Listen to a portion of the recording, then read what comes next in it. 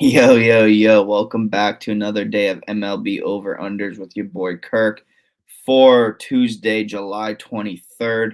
We got a big slate today, and I'm going to go hard again on the premium. I'm feeling really good about this slate. I know it hasn't looked too good lately, but I definitely have already been eyeing 3 games. Don't know my results yet at the time of recording for yesterday's, so hopefully it went well. Hopefully we're back on the wagon. And yeah, it's Christmas in July. Hop on my yearly package, which is heavily discounted. Have yet to be a season or yet to be here for a full season with NBA, college basketball, NFL, college football. So a lot you guys haven't seen from me. So put some faith in your boy and hop on board that yearly package as we're really, I think, gonna come in really strong start September. Hopefully get the MLB back as I'm 16-16 in my last 32 plays. So still not terrible after losing 7 in a row. I mean, full transparency, but yeah, still up somehow. So love that. And yeah, I mean, let's just get into it. Again, I really have a couple games that I'm eyeing on the premium. Make sure to like and subscribe to the channel. Turn your notifications for when I drop these videos. And comment your favorite plays of the day. So yeah, let's get to it. First game, looking at the White Sox versus the Rangers. Over under set at 7.5. On the mound for the White Sox, we have All-Star Garrett Crochet, who's 6-6 with a 3.02 ERA. He had a 1.91 ERA in the month of June. I'm mentioning this because he's only pitched 6 innings so far in July. So he's actually been very solid since his terrible month of April, which he had a 6.91 ERA. He had a 0.93 ERA in the month of May. So he's been a 1.4 ERA guy since April. So this is nuts. I mean, the White Sox really can't win a lot of games, but he's kept them in the games he's pitched. 5 of his last 6 starts have gone under 7.5 total runs. The White Sox score the least runs per game at 3.13. Have scored 1 run across their last 3 games per average, so 3 runs total in their last 3, and 10 total runs over their last 6 games. We know they're not a good hitting ball club. I don't need to give you guys more stats on that.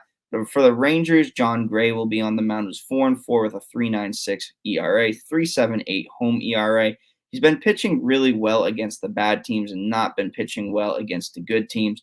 Hopefully, this is a get right spot against a really bad White Sox team. So, 67.4% of the Rangers games actually do hit the under, which leads the MLB in home under rates. Their bullpen has been improving lately, but they still haven't been great throughout the course of the season.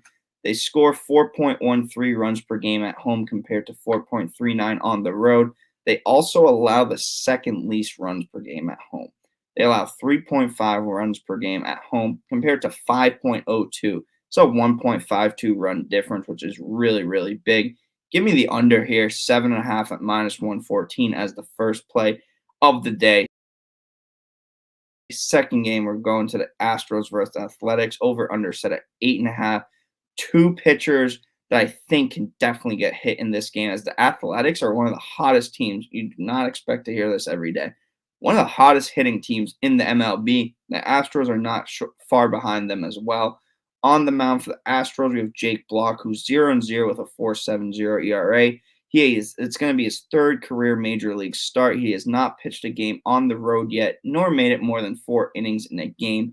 Both of his starts went over 8.5 total runs. As I said, the Astros do not have a bad bullpen, but asking them to go 5-6 innings, that is not ideal either.